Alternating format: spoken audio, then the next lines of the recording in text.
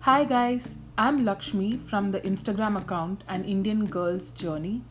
I'm a physician from India and I have recently matched into an internal medicine program in the United States. Hi guys, we have someone really special with us today. We have Dr. Raji who has matched into an OBGYN residency in the United States. Hi Dr. Raji, how are you doing? Hi, Dr. Lakshmi. I'm doing very well. How are you doing? I'm good. Considering the circumstances, but I'm okay. I understand. I just wanted to say thank you so much for having me over here and for doing what you're doing.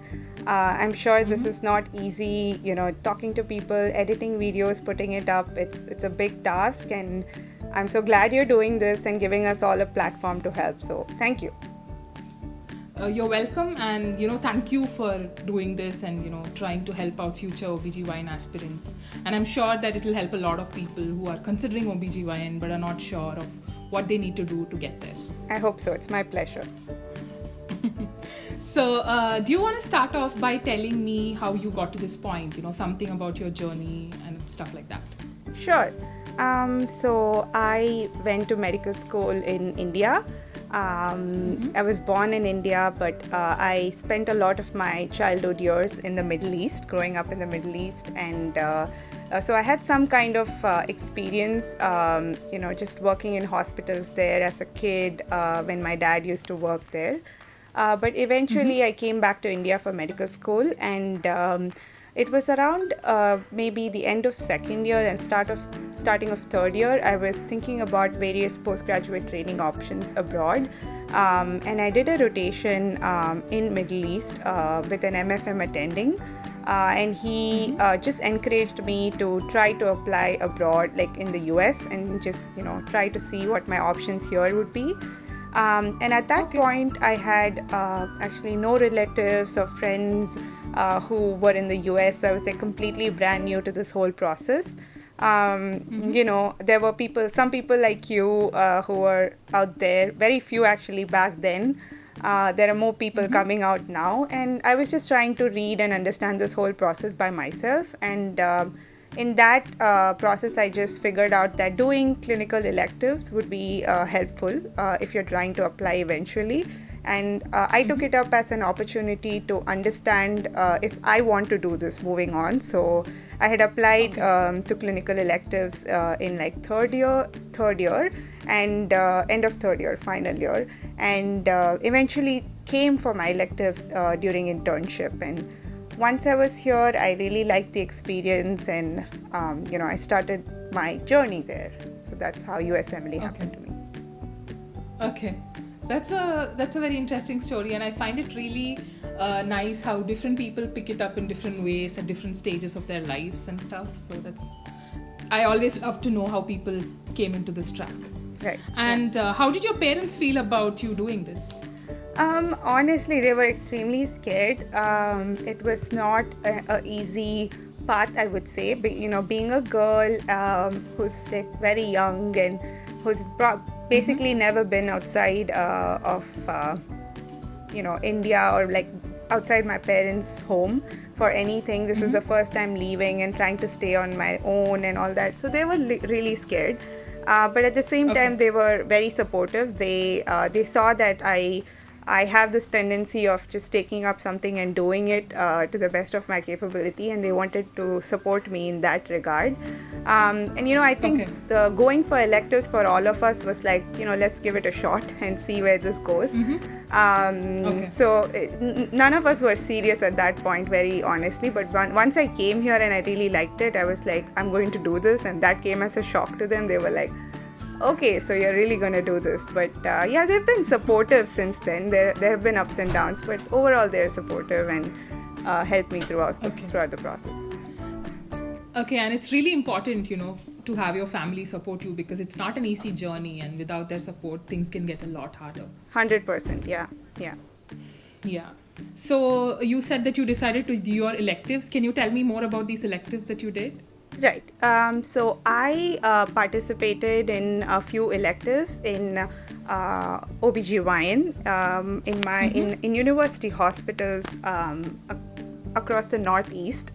So Okay. I hadn't used any like these days there are some AMO opportunities, etc. I hadn't used any like platform like that. Agencies. Yeah, I Uh-huh. just applied on myself, just Google searched like international elective opportunities and stuff, and it was not that hard at that point. I got some good hospital elective experiences, and I'd also Okay. applied for some observerships. So I had a combination of both electives and observerships when I'd applied eventually. Okay. So I found that the elective experience was extremely helpful for me because at that stage, like I had already mentioned, I wasn't sure if I wanted to come to the US. I had no binding, like I had no family or anything that brought me here, which a lot of people have. But when I'd come for electives, I really liked the way medicine was practiced here. I liked how you were like you can be very friendly with your professors, and like they encourage you to ask questions and have an open conversation. I just liked that a lot. And there was Okay. also a lot of evidence-based work going on here, and all that really attracted me. And I was like, okay, so this is it. So I think a lot of us take up elective opportunities just because it's going to eventually help us to match. But I think it's important to think at electives as an opportunity for you to understand if you really want to do this moving further. So it's a two-way beneficial thing to do. So yeah. So you came here for electives in your internship, and then what happened? So when I'd come here for my electives, I decided to take my USMLE Step 2 CS exam, which according to me was a very good decision, retrospectively. I was, a lot of people wait to be able to complete the other steps to take CS, but once you're in internship, you already know, to an extent, patient care.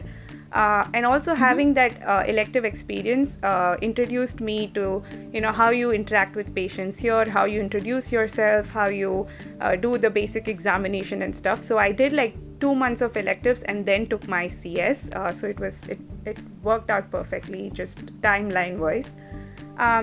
So at the end of my elective experience, I decided that I liked this is what I wanted to do, and I started talking to a few of my mentors that I met here that moving forward I'm going to want to take all my other USMLE steps, and what should I be doing? I don't want a gap in my CV. And they encouraged me to try to apply and get a research position. At that point, I just enjoyed seeing that so much research was going on, but I had no experience at all from my medical school. Like I did 1 or 2 little medical student projects, but it was nothing significant. But I was ready to apply and take up some spot, and fortunately I got a spot, and I went back and came back to the US at the end of internship. Okay, and this was an unpaid spot, correct? Yes. So I've been working in Boston for the past 2 years in Tufts and Harvard. So my first research position was at Tufts for 1 year, which was a volunteer kind of a position. It was unpaid. And many of these positions that you get when you initially enter the US with, when you don't have the required skill set as for a research assistant position, you generally tend to get a volunteer position, which is completely fine because it's you're also learning in the process. So you should be ready and prepared for that and come here. But eventually it was kind of getting a little difficult for me, just financially supporting myself, and I also wanted like a better experience, and I moved to Harvard, and I started getting paid over here. So it again worked out. That's wonderful. And so you're saying that in those 2 years when you were working on research, you also took your steps, is that right? Yes. So I took that 2 years mainly to take my step, but I wanted to be able to say something during my interviews, and I also felt like in the US, I feel overall it's possible to be a physician without any research at all, and just be a private practitioner, but eventually having some kind of research experience or it's very important, and it'll help you in the long run. So I figured that out, and I was like, let's try to do research and study for the exam. So I was trying to balance both, and in those 2 years I took both my steps and applied.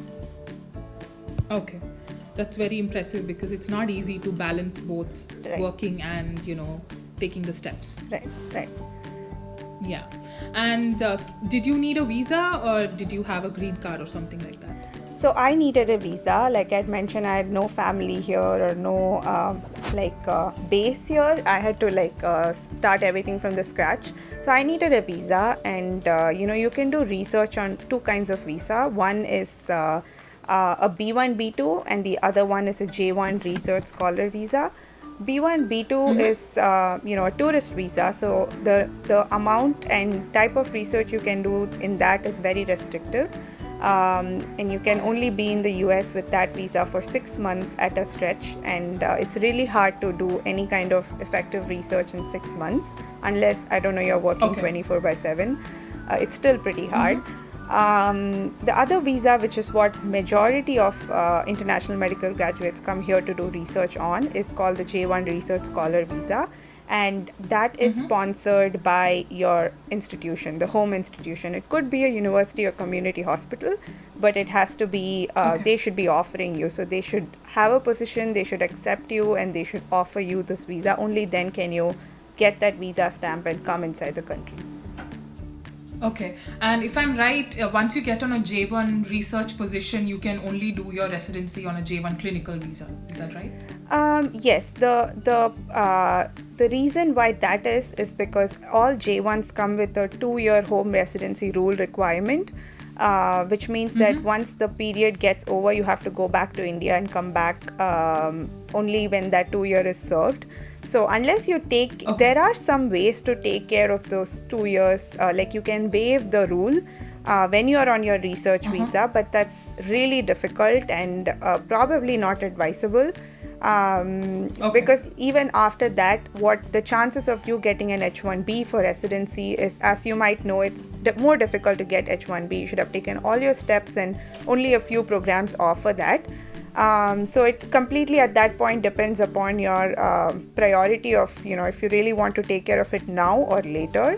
But once you come inside a J1, it's probably best to stay on a J1 for residency. Okay. Yeah. Okay. And can you tell me something about scores when it comes to OBG? Sure.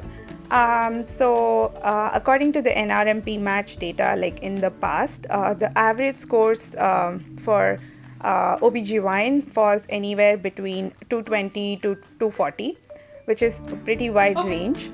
But from my experience of working here and talking to a bunch of residents here, they don't have insane scores. They don't have 250s and 260s for matching it to OBGYN. Okay.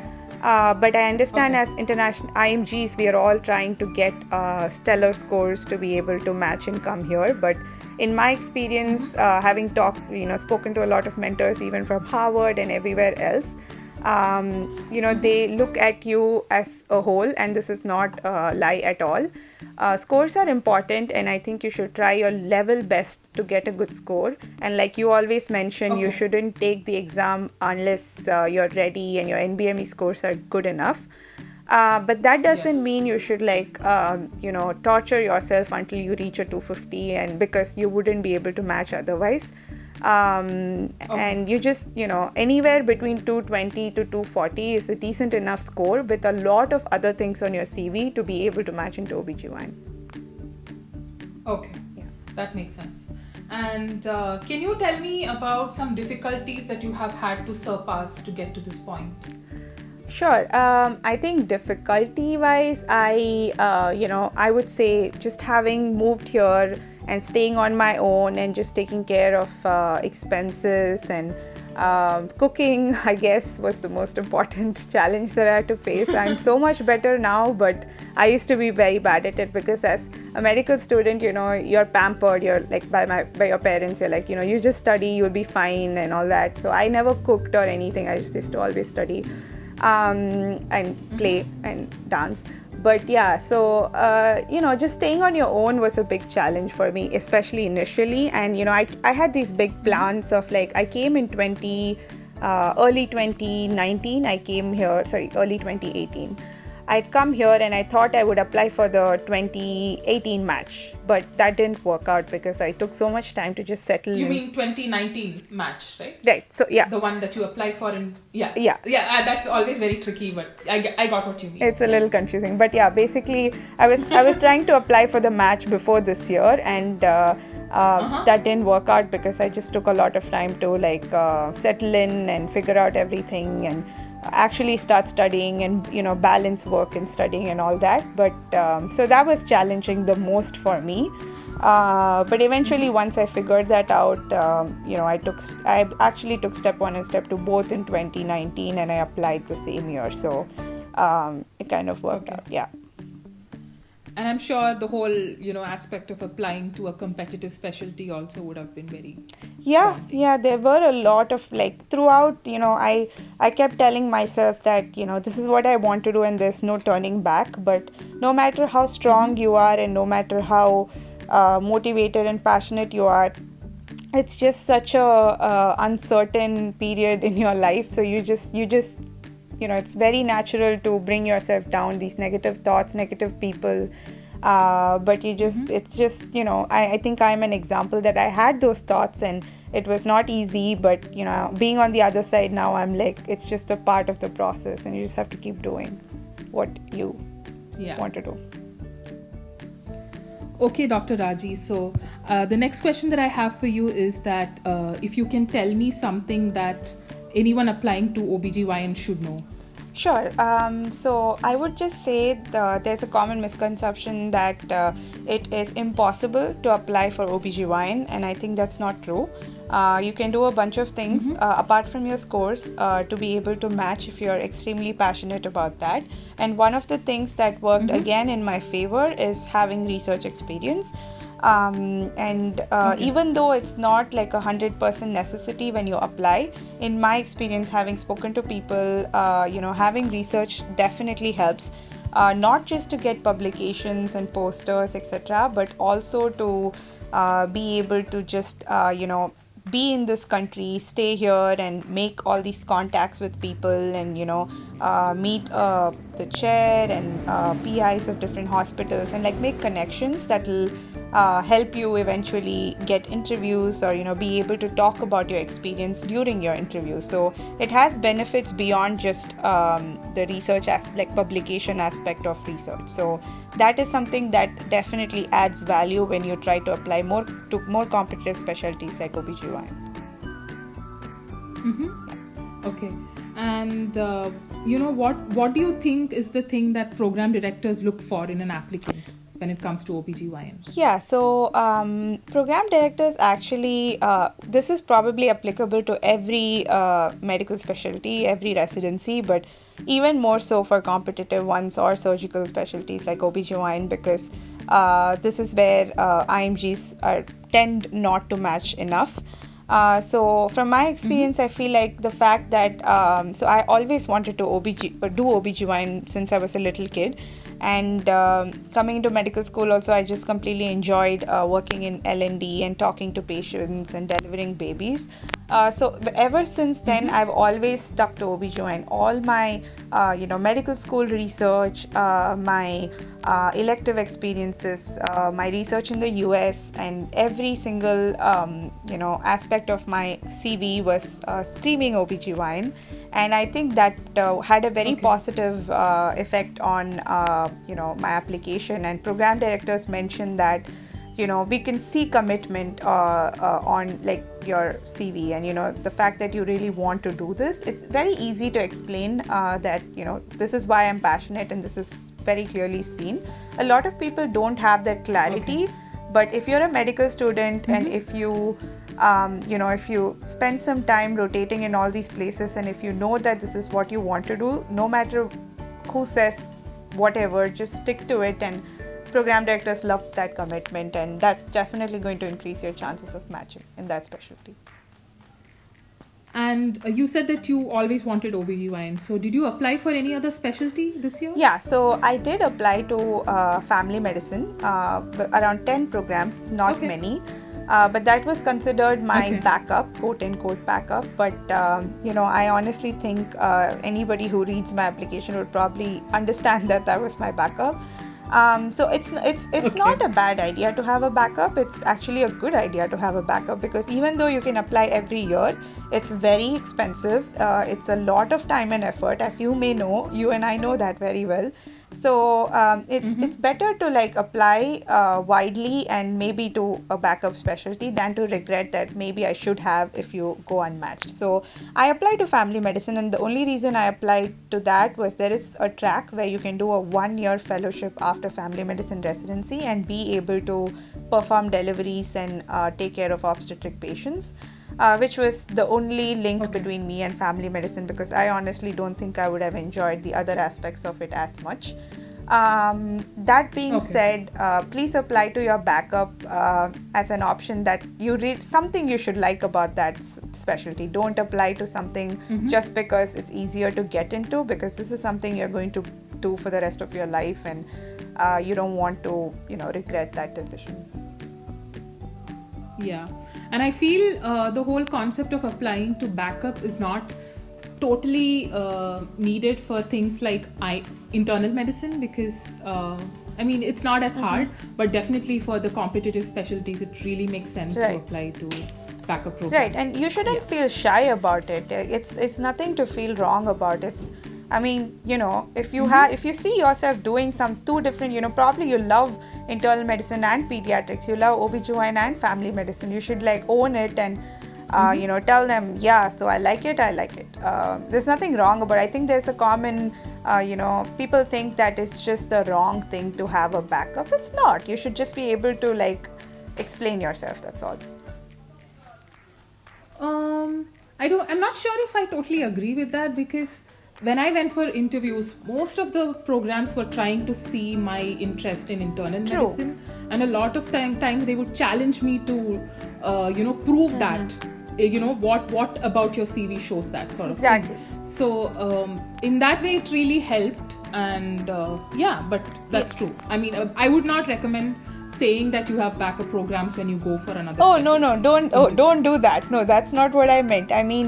If you go to an internal medicine interview, you have to say this is what I want to do. If you go to a different interview, you have to say that is what I want to do. But exactly. No, that's not a good idea. Yeah. But what I'm saying is, it's just like, you shouldn't feel bad. Like, you should show commitment, because for me and you, it was probably very easy because we knew what we wanted to do and we showed that commitment and we did it. I think there's a small percentage of people who are a little confused about, I'm not sure this or that. Try to be sure, but if you're not, just select two things, and having that backup is okay. But definitely that totally makes sense, especially if you love two specialties and don't mind doing either of those. Yeah. So you said that the program directors look for commitment to the specialty, and you've already spoken about research and electives being really important for OBGYN. Right. Yeah. And so now that you are at this point where you've already matched, you must have met people who have not matched. And obviously that's a sad thing to see. But what exactly do you think worked in your favor in ensuring that you matched this year? Yeah, that's a great question, actually, because a few people that I had gone for interviews with, and we became friends. We just said, hey, hi, and, became friends on Facebook or whatever. And unfortunately, they didn't match. And, they wanted to talk to me about, what they could do differently next year. And just, after talking to them, I realized that these were probably the things that made me stand apart from the rest. And it was obviously, the first thing is electives, like I had mentioned. They really like to see that. It's surprising. But if you don't have that and you have observerships, please do that. But if you can, you're a medical student, try your level best to get into electives. Number 2, as I mentioned, was research, because it's above and beyond publications. You just get a lot of contacts and experience, and having this like work ethic, just working here and being here and interacting with patients and PI and all that stuff is extremely beneficial. So try to get that. it's definitely an additional point. And the third thing I think is a lot of people I interacted with were old graduates, old mainly being 5 years plus. That is seen as a negative point. Like, it's not that you cannot match as an old graduate, it is definitely not ideal. So I was a fresh graduate, and that I believe helped me in matching. Yeah. Okay. And through your research, you must have gone to poster presentations and stuff like that, right? Right, yeah. So actually, a funny fact is the program that I matched at, I met the program director of this program at national in like level conference, and I had a poster I was presenting there, and I met him, and it was at that point that I had applied to the program, but I had no way of reaching the program. At that point, I was not even trying to like send program emails or anything to directors. I was just waiting to get interviews. But I went up to him. There were a lot of program directors who had actually come to that conference from many different programs. But I went up to him in particular, and I said hi, hello, and introduced myself. And he's a great guy, but he particularly mentioned that it's always good to put a face to an application, because they get hundreds and hundreds of application, and they unfortunately scores are the first way they're going to screen you, and then come and look at all your other things that you've achieved.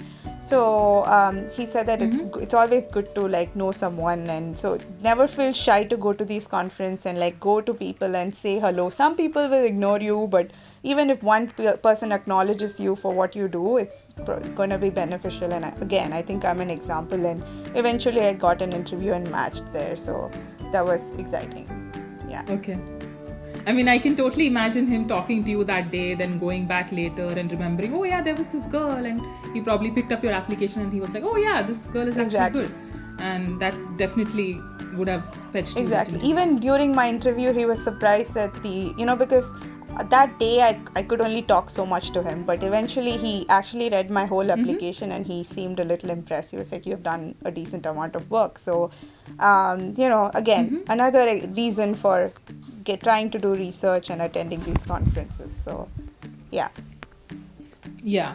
And another sad or good thing about this process is that, each program gets around thousands of applications. And obviously they don't go through all of them. They start going through some, and then they get enough people that they stop looking through the other things. That actually does happen. And I've heard from many program directors during my interviews. So if you can find some way to grab their attention in any way, whether it be an email or just going up to them and talking to them. Obviously, you don't want to be so needy that you go to their hospital, to their place and just, demand to meet them. But in subtle ways, if you can actually make your presence known, it can go a long way. Right, that's 100% true. I completely accept with that. Also, it's difficult to plan these things, but sometimes it just happnes. It just happens. Yeah. I honestly... Yeah, it's also a lot of luck. I honestly did not plan that. But it like worked out. But it's that these are platforms and these are available platforms, and if it's meant to be, it definitely will work out. So yeah. But how did you know him though?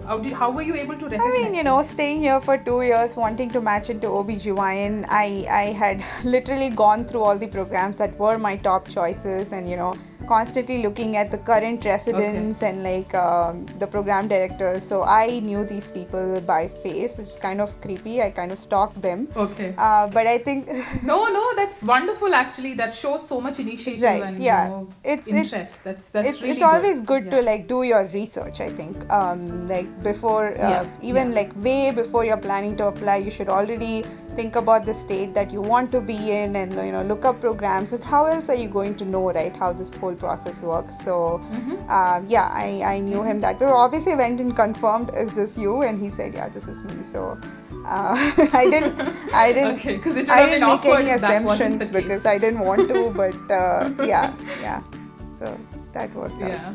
So just talking to you, I can tell the amount of investment you put into this whole process, and I can tell that that's why you could match into a good program. So I'm really happy to see that. Thank you. We all are doing our best efforts in this process. So but thank you. Yeah, so let's move on to the next question. And my next question is there something that you wish you knew when you were starting out that you know now? Yeah, according to me, I think this goes back, this is not related to application or research or anything. My only thing that I felt was, I wish I did better or something was just like when I studied for these USMLE exams. I was paying a lot of attention and trying to understand the subject and like the concepts, which is very important. But I think equally or even more so, importance is given to test taking strategies in these competitive exams. About how you manage your time, how you read the question, how you eliminate your answer choices, how you narrow down, and that is so important because you can study for like 10 years and still not be able to get the score you want to, because it's just not about knowing it, it's about applying your knowledge. It's so much about applying your knowledge in this particular exam that was very new to me because I never studied like that. Honestly, in medical school it was more like just understand everything about the concept and try to write whatever you know about it versus trying to answer to the point or like applying what I learned, which is according to me a better way of studying and learning, and I learned that through this process. So I think that is one thing I would advise people to do, to try and start understanding. There are a bunch of videos on YouTube. You have your notes and your experiences. Just read a lot of experiences, go through a lot of people's like what they did right and wrong, and even though it's time consuming to do these things, it's extremely beneficial in the long run because just studying day and night is not enough for this exam. And I think I would have, if I had one thing that I would have changed, I would have just done that. Okay, and you are so right. I totally agree with you because other exams you can just mug up things, you can just read things and answer the questions right. But with USMLE, unless you actually know the concepts in depth and you know how to tackle questions, you're not going to do well on it. And which is something that's really challenging if you're not good at it, but at the same time really exciting because you feel that you're learning things the right way and you're becoming a better doctor. You feel a sense of accomplishment that way, which I felt. I honestly felt exactly. that. Yeah. But it's hard. It doesn't happen overnight. It takes a lot of time. But like we are examples of the fact that we came from that system to this system and we did fine. It took time, but we did fine. So yeah. Yeah. And is there something you wish you had done differently? I think not really. I don't think I would have done anything differently. But like I'd mentioned, it was a struggle for me to be on my own and try to study for this exam. That was one phase of my life I really don't want to go back to. But I was being very hard on myself, like I should do more. Even though I was working all day and I was studying all day, I just felt like nothing was enough, and I used to like put a lot of pressure on myself, which only it's not a good thing to do. And if there's one thing that I would do differently, I would just try to not be so hard on myself and enjoy the journey, even though this is super cliche to say, but it is so important because just looking back at it now, I'm like it was a fun journey. It was fun studying and trying to do this. It's also about the journey rather than the destination. So I would tell everybody who's preparing and studying and in this process now that it's all going to be fine. Just don't be so hard. Like push yourself, that's fine, but don't be super hard on yourself and make this like a dreadful thing. Just enjoy the process. Yeah, that's perfect. And to the people who are listening to you right now, is there anything else that you would like to tell them? So there's one thing that I definitely wanted to point out, which is apart from studying, course, application, research, everything else is just it's very interesting how much importance is given to your talent or hobbies in your application. There is a section on the ERAS CV application that you have to talk about your hobbies, and I thought it was not a big deal, but in every single interview of mine, I was particularly asked, what do I do for fun outside medicine? and it could be anything. It could be singing, dancing, hiking, cooking, could be anything, but they like to see that you're something else outside medicine. And that is another thing that we are so used to in medical school and training in India, that we're just forced to study from one aspect, and we forget the other talents. A lot of people say, I'm not doing that anymore because I'm going to medical school, but when you're trying to work on your application, try to work on this one aspect of you, or one or two, or how many ever, that sets you apart from medicine, and think about it seriously and see how you can talk about it in your interviews. Because especially when you're interviewing with residents and chief residents and stuff, they don't care if you're going to do your work super well. They understand that it's going to be hard in the start, and eventually you'll be good because they have gone through the same thing. But all that they want to see is, when you're on a call and it's a long night, are you going to be fun to be around with? And you need to have that, like, some extra thing that you do that you can talk about. So it's important to start thinking about it very early on. And like, if you're learning a new language or something, just think about it and be genuine. It should be extremely genuine. Don't make up something like, I don't know, I play basketball, when you don't know what basketball is. That's not a good thing to do, because they can see through that. But just pick up something and think about that in advance is my one advice, because I really didn't know. I am a dancer, but I didn't know so much importance was given on it. And I think that's extremely helpful to think about in advance. I really want to second that opinion of yours, because I mean, when you go for interviews, the most common question obviously is, tell me about yourself, which is how they start out. And I think the second most common question was this, because on paper we all have scores, research, all the other stuff, but what sets us apart from each other is the thing we like to do beyond medicine. And in some of those interviews, when I stressed upon that, I could tell that they really appreciated it.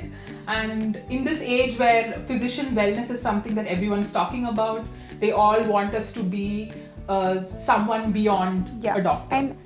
So that's something they like to see. Apart from USMLE Journey and matching into residency, I think every one of us should have something that sets us apart from medicine, because that's what's going to keep you sane and alive and happy. Some people don't need that, but it's a good thing to have. Everybody has that one extra thing, so that's definitely a good thing. Yeah. I mean, I distinctly remember this common question that you get, where they ask you, where do you see yourself in 5 years or something? So I did not really memorize all my answers. So at each place I used to answer differently. But at this certain place, I don't know, for some random reason, I just said, I see myself being a physician, blah, blah, blah, doing this. But I also see myself doing things beyond medicine. And he was so excited when I mentioned it. He was like, that's a wonderful answer. I'm so happy you said that. And I'm pretty sure my points really went up in his eyes with just that answer. It really makes a difference. And that's the good thing about this process, because in India with PG and everything, they just look at your score or your rank, and there's nothing else that matters. But in this process, everything matters. Every small thing that you do can go a long way. They can create conversations that can help you gain points on the interview. So exactly. End of the day, it depends on like where you see yourself and what you do. But it's very interesting how important they think it is, and it works perfectly if you're that kind of a person who wants to have that balance in life. And I want to tell everyone to focus on that section of the CV. That's the section of CV that people give the least love to. I have known people who have written just 4 words there. Do not do that. Write as much as possible in that section. Show your personality, let it shine, and it would be a good conversation starter on the interviews. 100%. Yeah. So that's all the questions I have for you today, Dr. Raji. Thank you so much for coming, and thank you so much for providing so many interesting insights into applying into OBGYN residency. I'm sure everyone listening will really appreciate it. Thank you, Dr. Lakshmi. Again, I think what you're doing is amazing, and like I've mentioned, we all want to help, but it's so much easier when there is a platform like this where we can come and talk, and you do all the hard work of editing and putting this together. I really appreciate your work, and I hope that this helps even this one random person who wants to do this in the future. Thank you all for listening, and again, thank you so much for inviting me. So that's all for today, you guys. I hope you liked this video and that it helped you in some way. If you have any recommendations for future videos, please leave them in the comment section. I would love to hear more from you all. If you like this video, please give it a thumbs up and subscribe to my YouTube channel. You can also follow me on Instagram at An Indian Girl's Journey. Thank you for watching and have a nice day.